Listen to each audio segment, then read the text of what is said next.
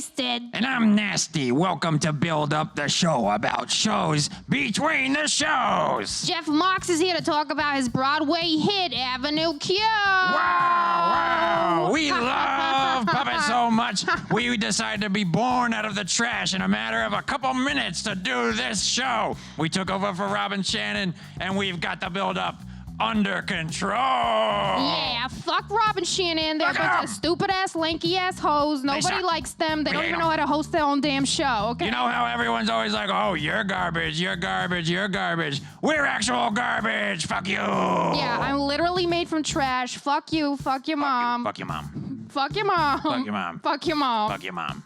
All right, let's see who's in the audience. All right, let's today. talk to the audience, because that's what we're supposed to do. Here. We gotta talk to the audience. Who's this? Hello. Hi. Hey, what's your problem? I know you have a problem. What's your problem? Tell us a problem. What do you got? My problem? I don't have a problem. No problems? You Wow. got problems right now, because I'm gonna queef on your shoulder. She queefed on your shoulder. queefed on your Whoa, it's shoulder. gross. Oh, God. There We're you trash. go. Sorry, we're trash. Don't blame us. It's not our fault. We're trash.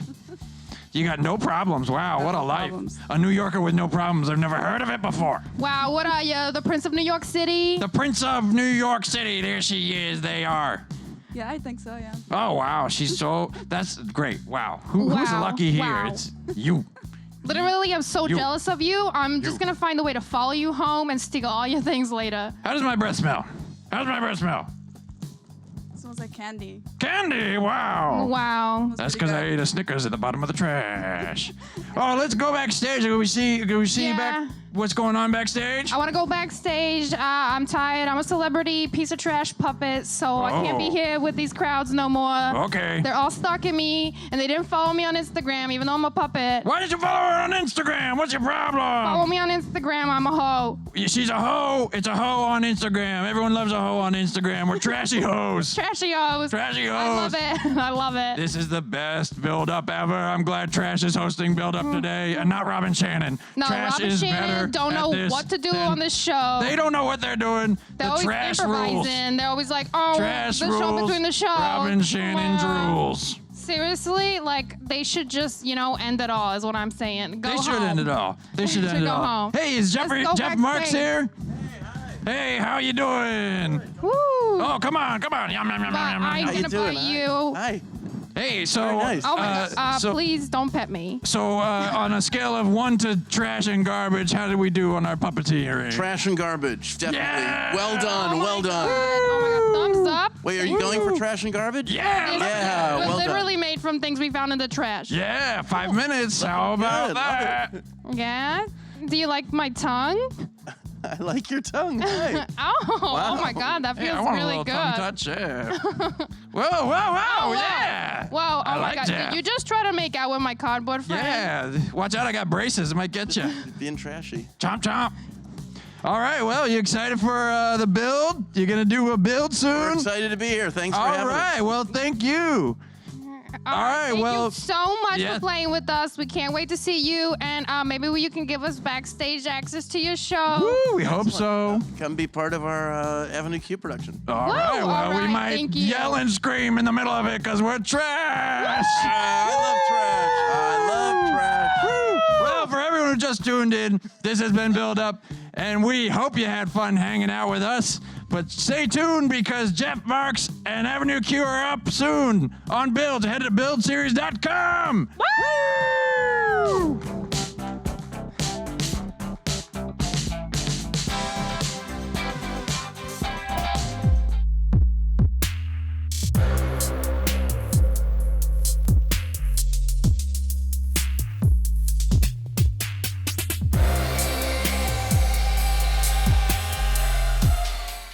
Welcome to Build. I'm Laura Haywood, and we have a really fun afternoon in store for you. Jeff Marx is here. You might know him for a little show on Broadway that ran for several years. Now it's off Broadway called Avenue Q. It's been running 15 years in New York City. What you might not know is that he didn't set out to be a lyricist. He set out to be a lawyer, went to a songwriting workshop and to pick up new clients, and ended up writing one of the most successful musicals of all time. We're gonna talk about that today, and we're gonna get a performance from the legendary cast of Avenue Q. Welcome, Jeff Marx. Hi, and good to be here. Thanks. You So- did your homework. Oh, I take that very seriously, but it's also really easy when we're talking about something like Avenue Q. The production started 15 years ago in New York City. I saw the original cast. I've seen the show at least 10 times since and was back for the anniversary this weekend. Yeah. We are now celebrating 15 years of Avenue Q in New York City. 15th year running. Yeah, not a lot of shows get to do that. What does it mean to you to have a show that's been running 15 years in New York? Well, you know, I always say if we were trying to write a show that would win a Tony and run for 15 years, we probably wouldn't have aimed for puppets or gay puppets or Slutty puppets. slutty puppets or songs about racism or porn. We probably would have tried to be much more safe and really probably not hit anything at all. So this story, the story of the story, Avenue Q was made. Well, I don't want to tell it. I want you to tell it. Can you talk about how you met your collaborator, Bobby Lopez? This whole started as a lawyer, became a surprise lyricist. Well, I was in musicals in high school because I was trying to get out of PE. And then That was the trade? You could do musicals instead of PE? You could do music. Yeah, if you were in the choir, it was at the same time as PE. So I could get out of PE, and I was littler and less coordinated and was never picked for teams. So I wanted to do anything but PE. So that choir led to musicals, led to majoring in musical theater at University of Michigan to be a musical theater performer, singer, actor, dancer. That's a great program. Great program, yeah. Lots of great people have come out of there. Most recently, Ben Pasek and Justin Paul, who wrote La La Land, Greatest Showman, Dear Evan Hansen, other stuff. It turned out I wasn't going to be the world's greatest singer, actor, dancer. So I said, hell with this, and went to law school and thought I'll be an entertainment lawyer representing theater people. And so after going through law school and passing the bar, I went out looking for clients. And I realized you can't go to someone successful and say, hey, can I be your lawyer? I just graduated. Right. Because anybody that has a career already has a lawyer. So you should go where the young kids are. They're going to be the next generation of greats. So I joined this songwriting class thinking I'll meet the people that are attracted to this great songwriting class, and we'll get to know each other. And when they need a lawyer, they'll know me, and we'll grow our careers together. And I'll find somebody talented and represent them, and I'll be their lawyer. But we had to write songs every week, and I got good at it, and I learned to do it, and I met Bobby Lopez, and we started writing this project together, and one thing led to another, and eventually I said, well, I guess I don't really practice law anymore. And when people came to me for law things, I would say, let me refer you to somebody because I'm writing songs now. I mean, life is full of surprises, and you kind of go where your surprise doors open. You go, well, I guess I'm doing this now. It's almost like you went to that workshop and ended up finding your purpose. You could say that, and then wrote a song about it. Yeah. Wrote a whole show about it. So you actually first wrote a spec script intended for the Muppets. Well done, yes. Talk about that. Well, the first year of this class is called the BMI Workshop, and a lot of great shows came out of there. My favorite is a Chorus Line. But it the doesn't first get year, much better than that. It doesn't get any better than that.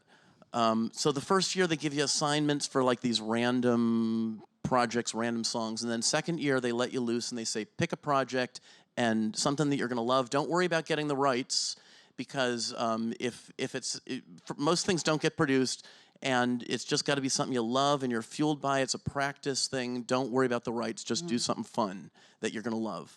So taking that to mind, we knew we couldn't get the rights, but we decided to do a Muppet movie because we spent a good minute saying, like, why do people come to see musicals? What kind of musicals are we interested in? Let's not just pick some movie and write an adaptation of it, but let's figure out what would we want to see? What would our college roommates who don't really like musicals, what would they want to come see?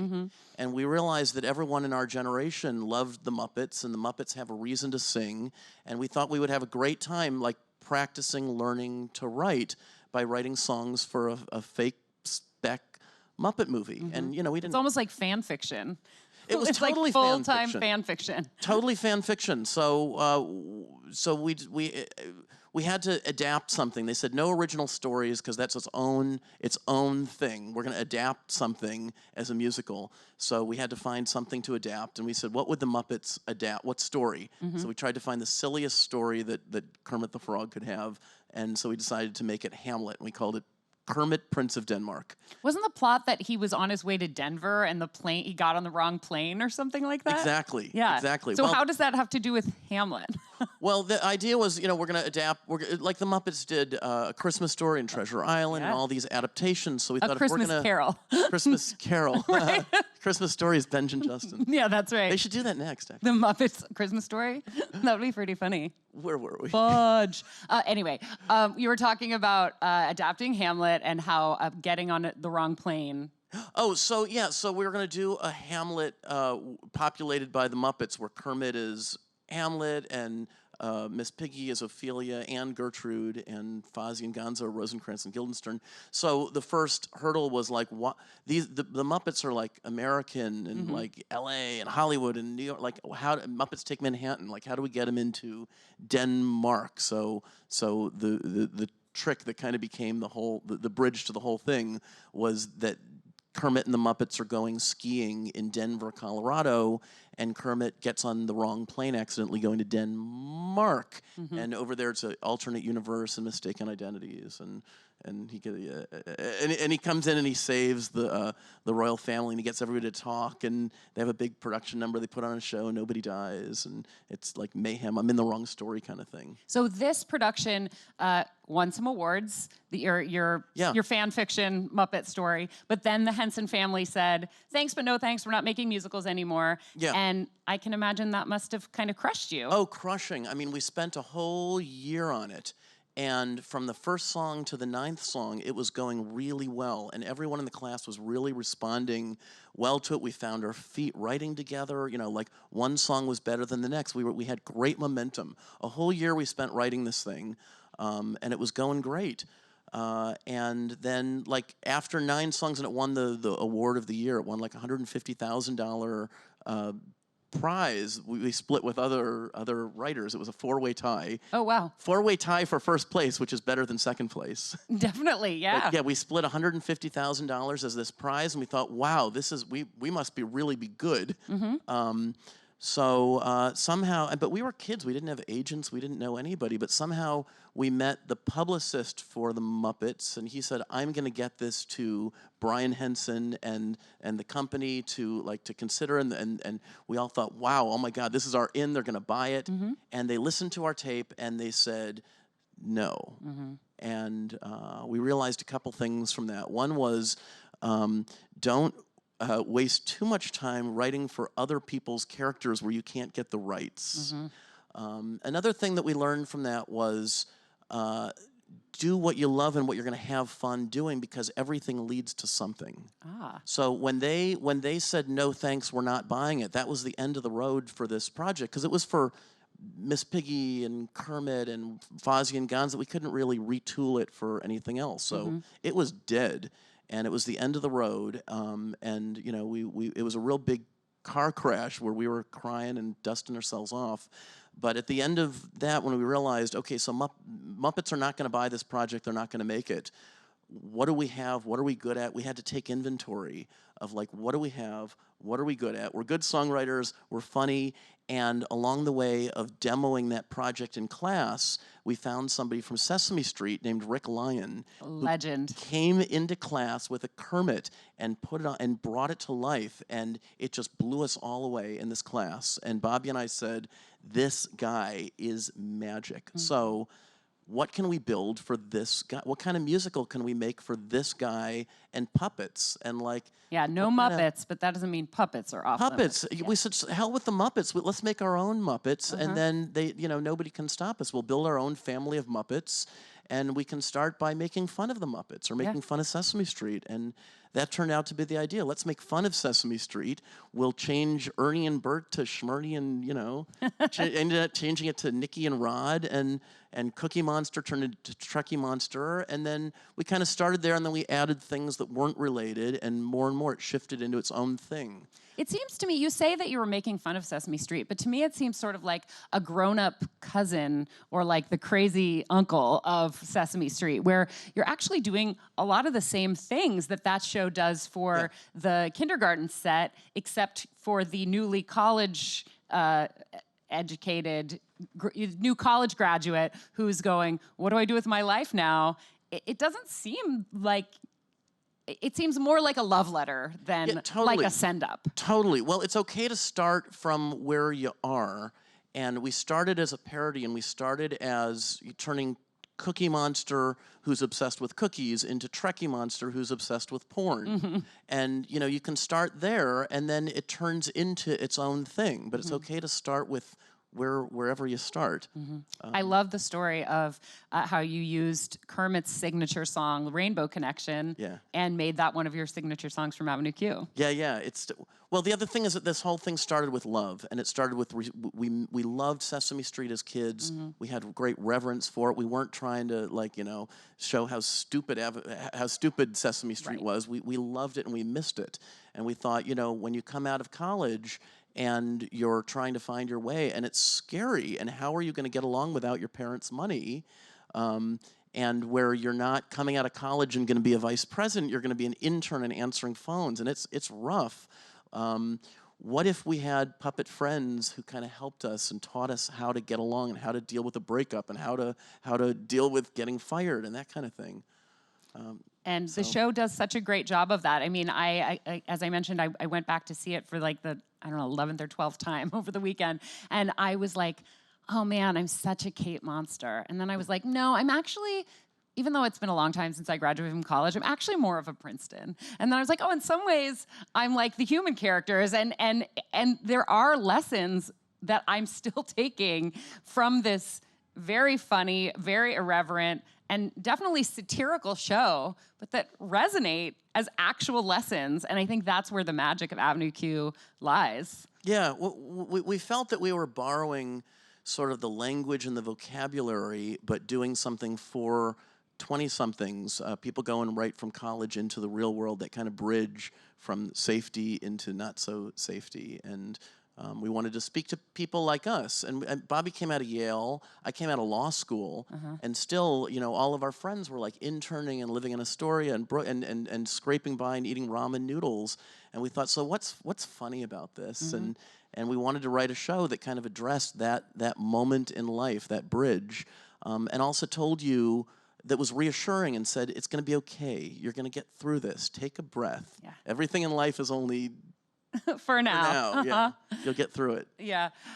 So the show has been going consistently for 15 years, but for you as a creator, you get the show onto Broadway, you get through previews, the show is now frozen, as they say, which means that nothing more is being changed. Right. That allows you to step away from it. I assume you came back and gave feedback when the show moved to New World Stages, where it is now, and have dipped your toe back in from time to time. I know the show's playing all over the world now. Yeah, but right now it's in Poland and Chicago and South Africa. Wow. Yeah.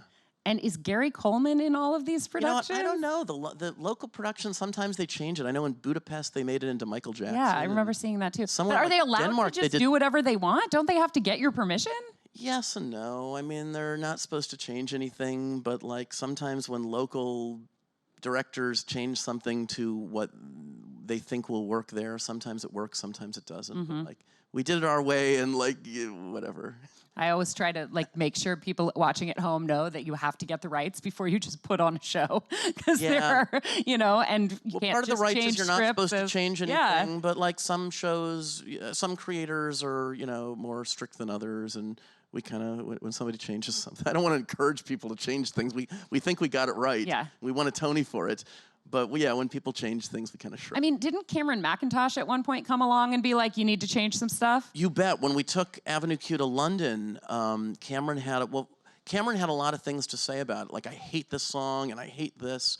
But like 99%, he was right. And he was, and when you're in conversation with someone brilliant like Cameron McIntosh, who produced Cats, Les Mis, Phantom, Miss Saigon, and a zillion others, you'd be foolish not to listen. So the show was already running on Broadway at that point, right? It was Before went already to on London? Broadway, and we already had a Tony, but he said some things like, this is too long, and this is too light, like Life Outside Your Apartment. Was very boom, boom, boom, boom, and then he put some electric guitars in it. So now it's gunk, gunk, gunk, gunk, gunk, gunk, gunk. So did you go back and change that stuff in the Broadway production too, or did you leave Broadway one way and London the other way? Yeah, no. We made some changes that Cameron suggested. They were all great. A lot of them were transitions, between scenes. He said, you're using the wrong music. You're setting the wrong tone. And boy, the things that he suggested were right on. So we were opening it in Vegas. So we put the changes in there, and then we put the changes in Broadway. And then I think those became the official script, and that's the. We really haven't changed anything except the George Bush line. Oh, the only for now. Yeah. The line, and that's changed multiple times over the course of the run of the show. Yeah, we wrote it. That was what that was on our line minds. is only for now. we didn't think it was going to run for 15 years and more. So yeah, George Bush's Only for Now became other things over the years. Yeah. Okay, so I have a question going back to Kermit, Prince of Denmark. Mark, Yeah. I'm sort of obsessed with the fact that exists in the world and none of us will ever see it. You created your own version of the Sesame Street characters to create Avenue Q. Is it possible that you could create your own versions of those of Kermit and Miss Piggy and Gonzo and Fozzie and actually make Kermit Prince of Denmark, except not make it Kermit, make it like, Sebastian, Prince of Denmark, or whatever you named the character? It's possible. I don't know. And who knows? I mean, life is strange. So maybe someday they'll say, hey, that project that you wrote right before Avenue Q, we changed our minds. We want to do it. And back then it was a different time because musicals on film had kind of run their course at that period in time, and they were doing Muppets from Space, and they were saying no more musicals. But times have, and then Chicago something happened. came along, Chicago and Hairspray, and now movie musicals work again. So who knows? But, Dust it off. Yeah. Was there talk Stranger about things have happened. Wouldn't it be interesting if this conversation led to if that happens? I want a producer announcement. credit. You'll get a producer credit on Yeah, it. perfect. There was talk about making Avenue Q into a movie at one point. Is that still in the works? There was talk about it, and for 15 years now, there's been a producer that picked it up and then didn't get it together, and another producer that picked it up and didn't get it together, and I don't know. There's been well, it's about reinventing it for a movie, and there's been talk about cutting things and changing things and showing the puppeteers or not showing. Like in Avenue Q, you see the puppeteers, and it's a unique blend of. One of the actors described it as it's like looking through two pieces of binoculars, and your brain puts them together as one. So you see the puppeteer and you see the puppet, but they merge. So that's a special thing about seeing it live. Right. Now, making a movie, we probably wouldn't show the puppeteers. We don't know, but it's a whole different thing. And me and Bobby and Jeff Whitty, we all kind of went our separate ways and worked on different things. And maybe we'll come back to it. I don't know, but So it's not. So you're saying there's a chance? there's a chance. What I'd really like to do is film the stage show and put it out so so people can see it the way we created the stage show. But it lives as a stage show, and people produce it internationally and in colleges and in community theaters, and it's at any given time there's a dozen productions going on. So it's a theater piece. Well, we are actually going to give our audience here and watching at home a chance to see a number from the show. Before we do that, I want to open the floor up to some members of our audience who would like to get to know you a little better with their own questions. Sure. Hi. Hi, thank you for being here. I was wondering, I was really fascinated by your whole process of passing the bar and then going to that songwriting class and completely changing paths. I was wondering how you were feeling during that process. Like, was it after the first class that you were like, never mind, I'm gonna do this? Were you torn for a while? Because I could imagine after spending so much time at law school, taking the bar exam and passing, that must have been very confusing. So I just wanted to know how that felt going through it at the time. Yeah, well, great question. Thank you. Thank you. And I felt like an imposter, really, because this class, the BMI workshop, it's free. So it had quite a filter. They didn't just let anybody in. You had to audition and interview, and they took the best people they could find. So when I auditioned for this class, it was with parody lyrics that I had written in law school, just changing "send in the clowns" to "send in the grades." And stuff like that. It was funny, but I didn't think of myself as a writer, and I thought, boy, but you know what? Nobody lives in reality. Everybody lives in the stories that they tell themselves. So I reinvented my story, and instead of being like, I'm an imposter, I'm going to be the worst one, and I'm going to be laughed out of the room, I kind of said to myself, I'm going to be the worst writer in the class, but that's okay, because I'm just here to meet the best lawyer in the class. I'm the only lawyer in the class, so it's okay. Well, they taught us in law school, what do you call the guy that graduates at the bottom of the class? A lawyer.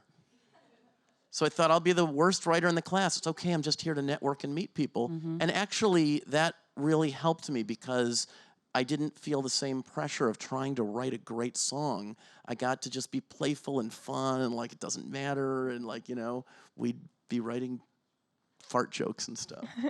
Nobody else was writing fart jokes. Well, man, how times have changed. There are so many fart joke. The culture has changed, and you guys were really at the forefront of it. Well, but also by being true to what I was there for, which was kind of fun and playful. I got to bring out my own. I got to find my voice and what the essence of what I wanted to build in the world was.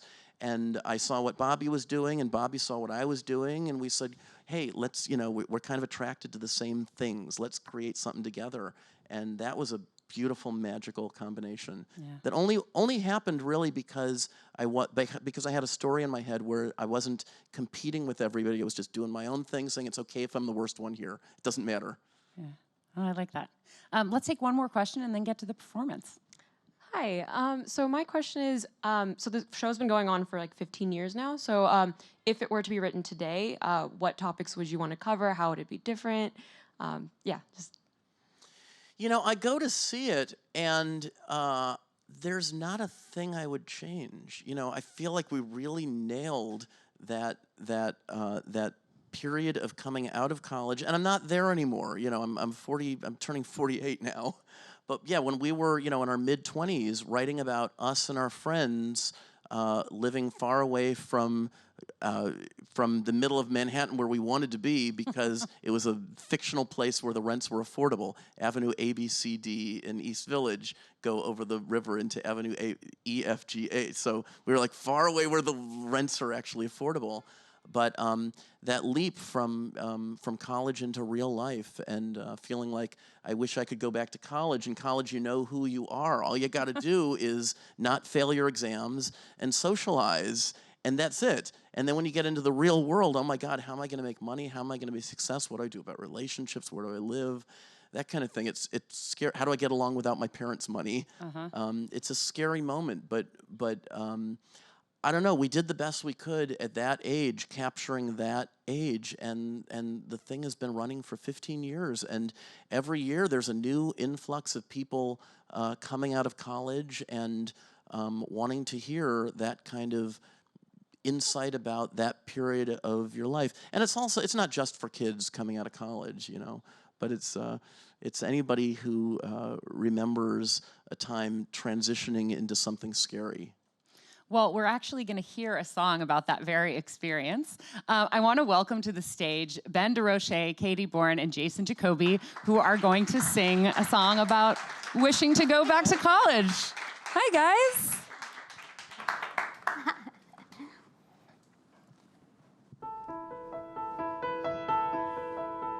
I wish I could go back to college. Life was so simple back then. What would I give to go back and live in a dorm with a meal plan again? I wish I could go back to college. In college, you know who you are. You sit in the quad and think, oh my God, I am totally gonna go far. How do I go back to college? I don't know who I am anymore. to my room and find a message in dry erase pen on the door. Whoa, I wish I could just drop a class. Or get into a play. Or fuck my TA. I need an academic advisor to point the way. We could be sitting in the computer lab, 4 a.m. before the final paper is due, cursing the world cause I didn't start sooner, and seeing the rest of the class there too. I wish I could go back to college. How do I go back to college? I wish I had taken more pictures. But if I were to go back to college, think what a loser I'd be. I'd walk through the quad and think, oh my God, These kids are so much younger.